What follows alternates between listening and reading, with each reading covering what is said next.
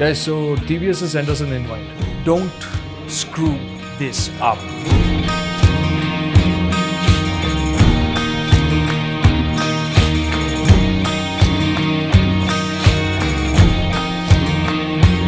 I ran out of fuel.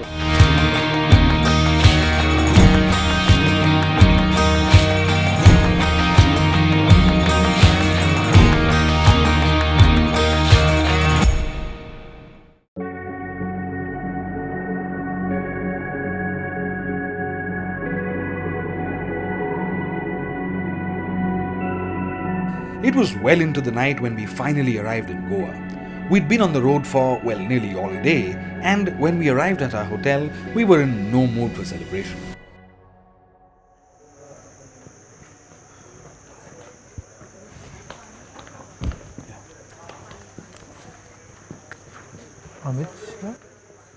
But I'm a guest.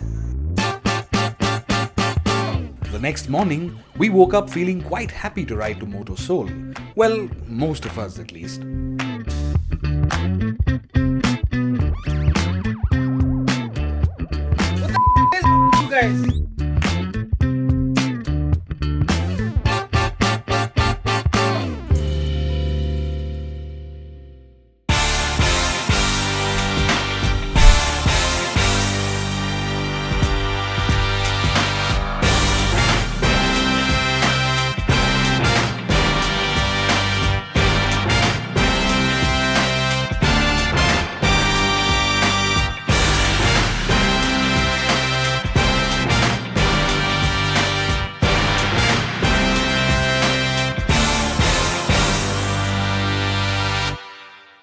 Riding through Goa's vibrant bylanes did make everything alright between us, and a little while later, we made it to MotoSoul.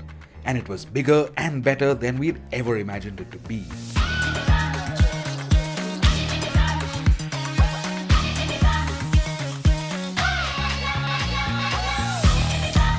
I can't believe I'm having such a great time.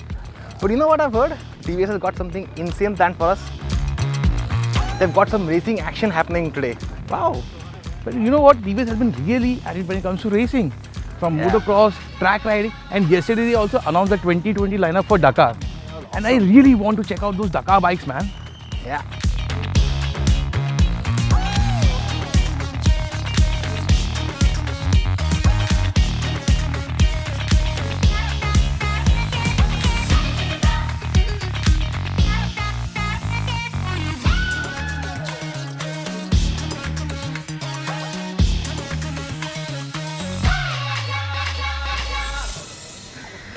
Wait, Ruman, what's your bike doing over here? Well, since you guys were talking about racing, I thought I'd reintroduce you to the one that started it all. This one? Actually, no. I have something a little more special for you. Come. Meet this.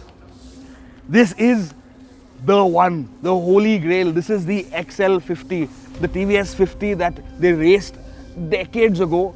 Wow. Guess what? How much horsepower does this bike make? Your makes around 4. 4.5, yeah? This should be around 5 in race spec. 10. Wow. You know how heavy this is? Should be around 70, 80 kg. About as heavy as you were when you were 8 years old. Wow, 50 kilos, 55 kilos thereabout, yeah. And it's amazing how they've built this thing. This thing used to have a top speed of 105 kilometers an hour way back when it at That's Sholavaram. twice of your bike. Yeah, well, my weight is to counter that, but this is just the most incredible racing machine. If it hadn't been for this, come to think of it, TVS wouldn't have had grown on to establish 36 years of racing history, and we probably wouldn't have the Apaches of the world like we do right now. But there's some very interesting details on this. You see this racing number plate right here? Yeah. You know, guess where that plate comes from? That's a dinner plate. Yeah, it's basically what you use to cover like cooked food, right? It's amazing. Also, there are antennas in the 90s. Look at the handlebar. How do you think they made something like this? Okay, this is just clearly flipped down. They've just turned it around, right? Yeah. This was genuine, ingenious racing, and it's no wonder that TVS has such a history and so much passion towards racing, because even with something as small as a 50cc two-stroke, they made something that is completely remarkable, you know. But there is something now that TVS has done as a sort of tribute to the legacy of the XL, and that is this beauty. Now this I can get on board with. What a name, firstly. This looks proper for Goa. It's called the TVS Goa. Can you guess? It's gorgeous, it's stunning. This is exactly what I should have ideally written down on. It's so purposeful. Look at these tires. It's got an LED headlight, digital instrumentation. Oh, hang on, that's from my bike. That's the Ntorq's console. Is it? Yes, Oh, except yeah. it says Goa on it. Look at this luggage rack right here. And that tail lamp is to die for. It's literally like it's come off a Ferrari or something. Really. Wow. I Wow. love the colors. Really. Yeah. I love it too. I love it too. And I think I'm sold on the name itself. You know what this means, right? We've got the past, the present, and Possibly the future as well. I really hope TVS actually does put it in production because it's just such a beauty. Hey guys, enough of your past, present, future. There's a dirt race happening for the media. Let's go and race.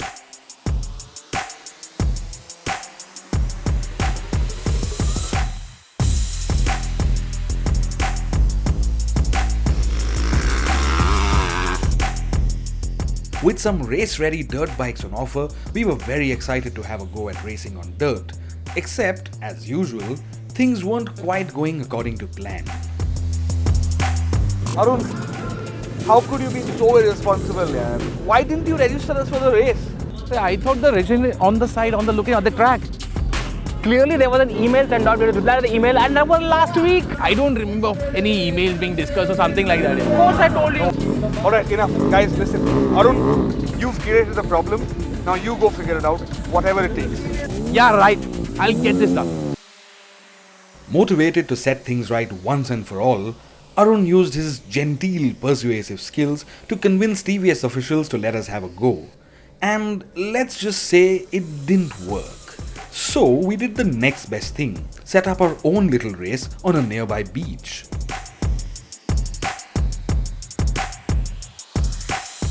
It wasn't quite the high-speed race we'd imagined it to be, but eventually it did turn into a lot of fun. After a while though, since no clear winner emerged, we decided to give up and return to MotoSoul. What an amazing event, BD. I had so much fun. Feet are hurting though. Yeah, I completely agree. You know, it's hard to believe this is TVS's first event like this. They have pulled it off really well, and even though it doesn't have the same scale as something like an India Bike Week, I think they managed to make it feel quite special. Hey, what's up, Arun? Good man. Ready to ride back? It's too early to go back to the hotel, man. Not a hotel, we are riding back to Pune. What, at this hour? Dude, it's gonna be dark in like just under 2 hours. Yeah, but I checked this out in the morning.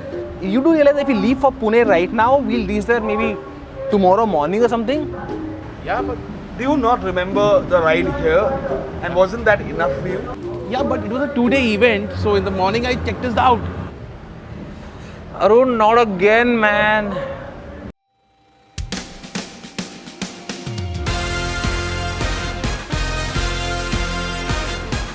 After several failed attempts to find us a hotel room, we realized we had no real option but to camp for the night.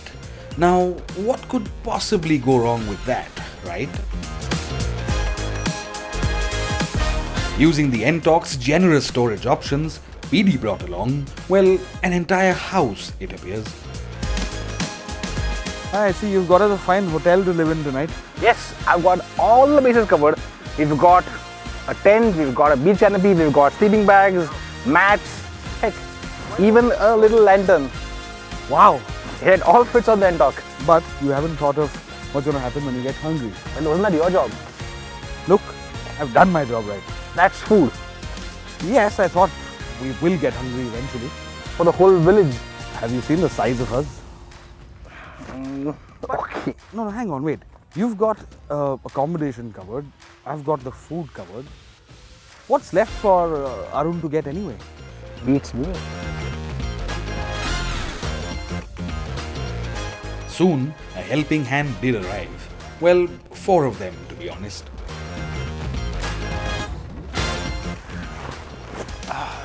Yes. Care to explain who this is? Why have you got, yeah. Meet Bunty. And how is this your contribution to our campsite? I've seen this guy before. I had a pillion seat, so I got a pillion. Because camping and this outdoor thing, it's very uncomfortable and I'm not an outdoor guy. And to make my life comfortable, I got him. And I see you guys have got a lot of stuff, so set up the camp and there's some food. Bunty, ek kaam kar. Tu chai bana. I'm chilling.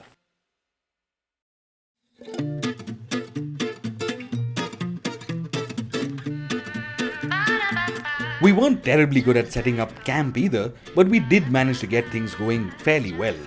But there was one last disaster awaiting.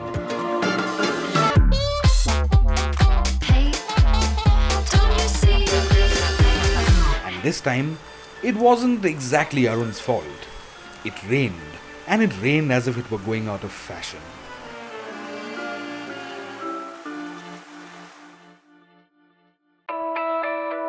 The next morning, we left for home. The last 3 days had been an unlikely adventure, and while we didn't emerge as the best of friends by the end of it, we had come together to establish that any motorcycle can be fun, even if it isn't a motorcycle at all in some cases. In a world increasingly obsessed with adventure tourers that can dominate the highways, we'd taken the longest, the slowest way around. But none of us were really complaining. We speak so often about bikes that are great on the highway and then bikes that aren't. And yet, here we are, over 1,000 kilometers later, on 3 of the most unlikely machines we could have ever thought of bringing along. I mean, in the beginning, I never thought we'd be able to do it, but we have. Yeah, I mean, seriously, the Ntorq, it's a scooter for God's sake, but on the highway, it's just so quick, it's just so stable. But of course, we had to slow down quite a bit to keep you around us. But you know what, PD, in Goa, you are having really a ball of a time because Goa is proper scooter territory. No, absolutely, it shined in Goa, but let me tell you, this hates bad roads. But this is where the Radeon really shines. Yes, it is low on a bit of displacement, but it has loads of excitement and character, and it's very frugal also. It just required 6.2 liters for Pune to Goa. Really? That's like $550, dude. Cheaper than a bus. Yeah, I think that's the cheapest way to go to Goa. Speaking of cheap, what I have here is the cheapest bike, and to be honest, the kind of abuse it has taken, I would never put an adventure tourer through that kind of abuse. And more importantly, that top speed of 55 kph that it's got, I really didn't mind it because we've ridden to Goa a million times before, and yet I've never seen all the 3 states that we rode through in high definition. It puts you in the state of zen. It's almost like a meditative kind of riding. And for me, I'm in love with the XL, really. You know what? This ride was all about testing our mental strength. Like these bikes, they never broke down. It was us who were constantly breaking down. And that was the biggest takeaway from this ride for me. Yeah, I mean, if you had done this journey on proper adventure tours, just blasted down the highway, we have never stopped and taken the time to really take in the sights. And then just look at what we found.